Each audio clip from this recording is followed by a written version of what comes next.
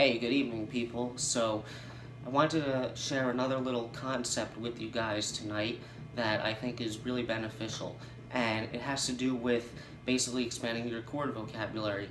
And it's actually a really straightforward and simple concept once you kind of see what we're doing here, but in order to actually make use out of it, you will have to know your theory and harmony, which I don't necessarily go off to explain in detail in the video, so just a little disclaimer, okay?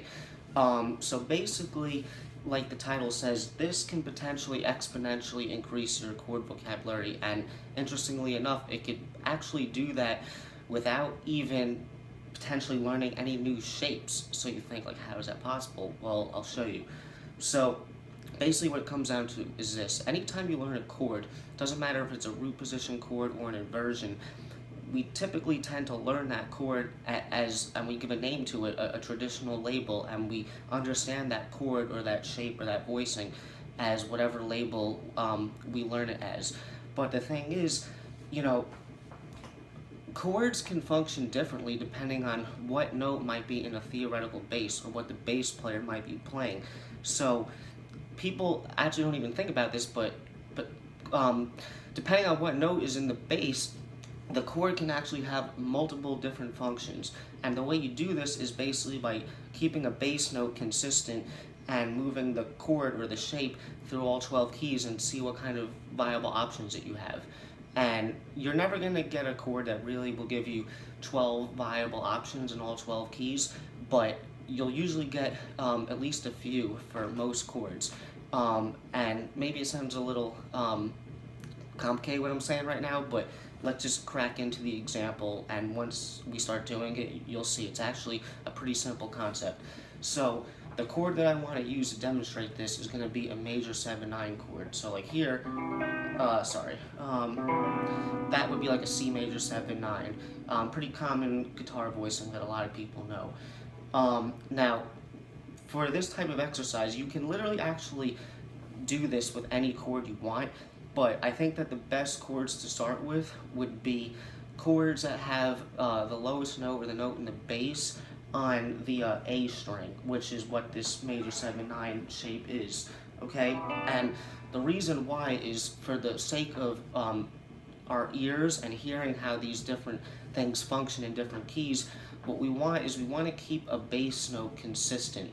And in order to do that on the guitar, we can basically have this low E string consistent in all the possibilities. So basically what we're going to do is we're going to take this shape and we're going to move it through all 12 keys and see what type of viable options we get while keeping the low E note consistent. So for every key that we move the chord to, we're going to basically analyze the notes intervallically over the root note E. So technically speaking, for all the options that we get, the chord that we will be making is going to be some sort of an E chord, all right? So the best place to start is in the key that we actually traditionally know it in. So if we have an open E string, we're just going to play it in E at the 7th fret. Typically, playing this shape at the 7th fret, we know this to be an E major 7-9 chord. It's the root 3rd 7-9, and here we're playing with the open E. So this is the example that we all kind of know. There's nothing new here, and all we're doing is we're actually just doubling up the root note. So if this is the root, we have the root again, the 3rd, 7, and 9. So that's, again, this is the traditional function of this chord, okay? So now we're going to proceed to move this through all the keys. So we can do this chromatically. So I'm going to move this now up to F, okay? Now, without the low E string, we typically know this to be an F major 7-9 chord, but we're going to play it with an E in the bass, okay? And we're going to analyze the notes. So if this is the root note, that would be the flat 9, that would be the 11, that would be the root doubled up again, and that would be the minor 3rd. So if you take those intervals and you make a chord out of it, an E chord, basically what we have is an E minor with an added flat 9 and 11. So it's basically an E minor chord with some unique extensions on it, the flat 9 and the 11. And the flat 9 specifically is reminiscent of the Phrygian mode or sound. So basically, what you can take out of this first example already is if you are kind of maybe have like a modal type jam example, or even if it is specifically in Phrygian, you know that if you want to play a chord or a sound where you want to give a minor chord that has a Phrygian sound to it, the way that you would use this device is you go up a half step from whatever the theoretical root is, in this case E, and you play a major 7/9 chord, okay? And it's basically like a Phrygian minor chord, okay?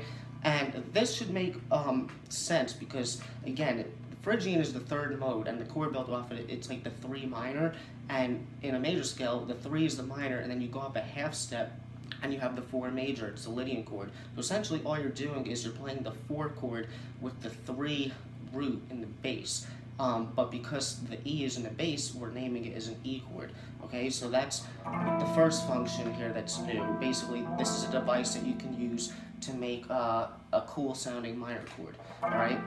Now, as we move up the keys, the examples that don't really give you traditionally like useful options, I'm not going to spend that much time analyzing them because I don't want to waste too much time.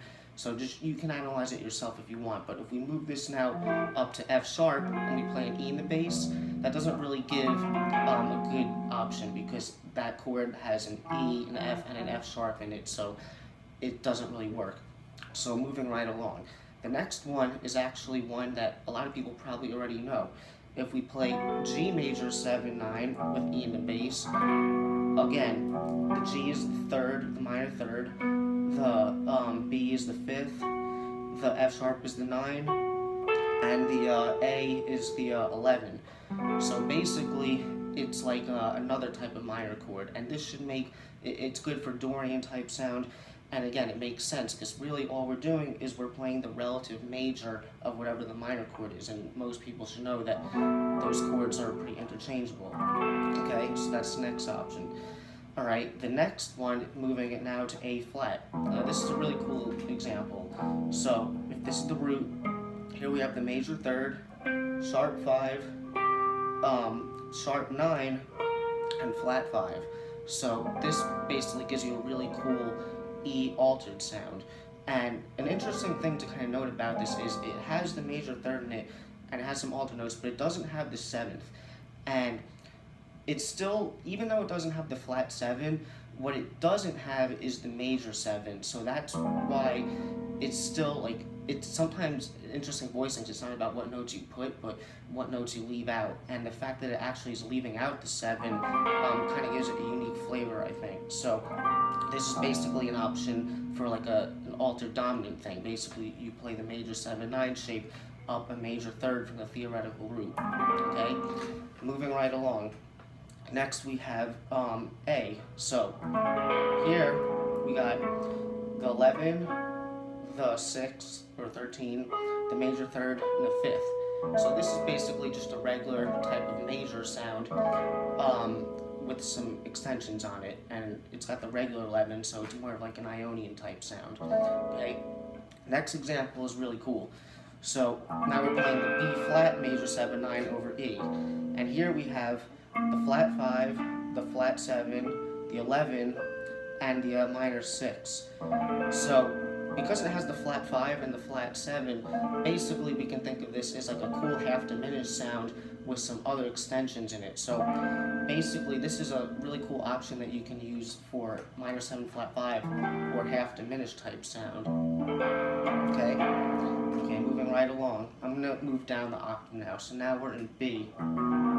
Okay, so here we have the 5th, we have the major 7, the sharp 11, and the 6. So basically this is like a major 7 type sound, and because it's got the sharp 11, it's pretty reminiscent of that Lydian sound. So going up a 5th from the theoretical root, if you play the major 7/9 shape, you get a nice type of Lydian chord. Okay, now we move it up to C. Okay, so this is the flat 6, that's the root, that's the 5th, and then this is the 7th. So it actually doesn't have a third in it, but it has a flat 7. Because it doesn't have a third, you might think, can I use this as a dominant or a minor 7 because both those have flat 7s in it? Typically, I kind of like to use this as more of like a minor sound, like an Aeolian. It works for Dorian too. Okay, it's like an E minor type sound. Okay, now the next example, if we move it up to D flat, that kind of doesn't give a good option, so we're going to skip that.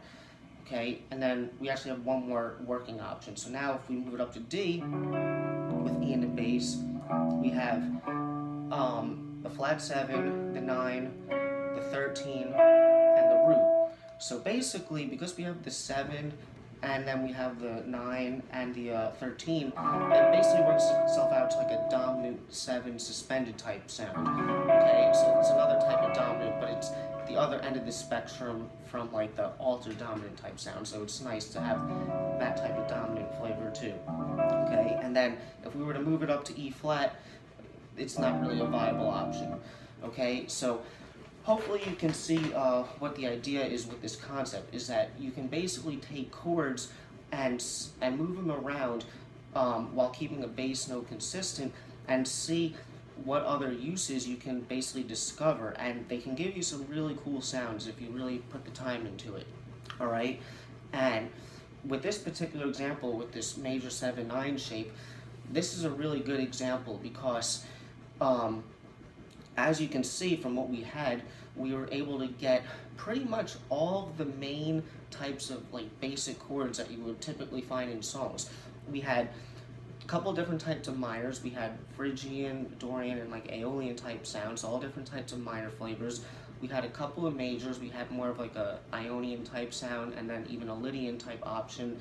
And we had a half diminished example, and we had basically both sort of opposing ends of the spectrum when it comes to dominant chords. We had an altered dominant sound, which tends to sound very tense and wants to resolve, and then we had more of like a dominant suspended sound, which is more of like a full kind of like standing alone type sound where it could resolve, but doesn't necessarily need to. You can kind of stay on a dominant sus for a while if you wanted.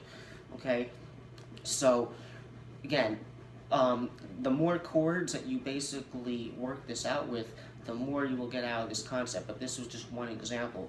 And then a little bonus type tip that I want to give you, where you can even make more use out of this, is basically, you know, we took just the root position, okay? But it would be a great idea for whatever chord that you're using to work out all the basic inversions of this chord. So basically, like, let's say we had this C major 7-9, you may have never thought to actually work out the different inversions of this. And basically all you do is you just take all the notes in a chord and you would just move them up sequentially to whatever the next note in that chord would be. So the first inversion of this would be this, and you can work these out yourself. You just got to know where the notes move to. The next one would be this, okay? And then the last one would be this. Oh, I'm sorry, wrong key, over here. Okay? So the reason why knowing the inversions of all these makes it even more beneficial is the inversions will function just the same way. So basically, just to give you a quick example, say we want to use that Phrygian type sound with E again, okay? All the inversions of this chord will basically function the same thing. So if I move it up to the first inversion, that's still the same function, that E Phrygian type sound. Okay, so the reason why the inversions are helpful is because, say you're playing through a chord progression and you want to use this concept where you don't have to do this, but it gives a really cool sound to basically play an entire chord progression using only what is traditionally known to be major 7-9 chords. If you do that, it gives a really cool sound and flavor to it. And the thing is, there's nothing wrong with doing that using all like the root position major 7-9 chord, and it has a nice kind of parallel harmony sound to it, but you don't want that to be like the only thing, and you don't want it to limit you and end there. So basically, by learning the inversions and understanding how all these things function and what sort of possibilities you have in order to get all these different harmonic sounds out of them, with the inversions, if you play through a chord progression, basically you can achieve better voice leading because say you have like a minor 2-5 or something like an E half diminished to A7, and for E, so remember you go up a half or a flat 5 from the root, like we had this B.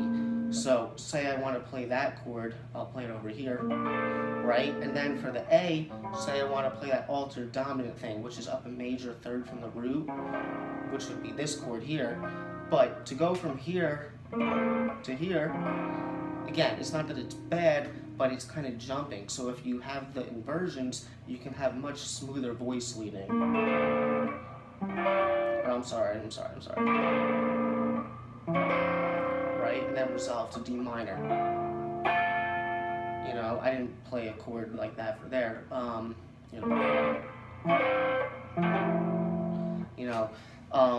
So again, hopefully you can understand what I'm saying, is that by knowing the inversions, you will enable yourself to have better, smoother voice leading.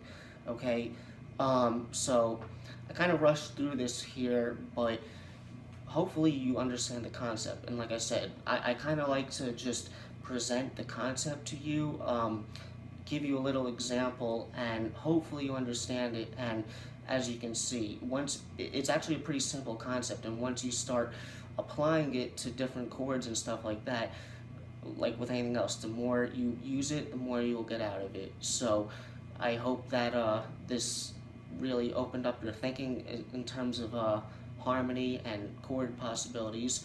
And yeah, have a good night.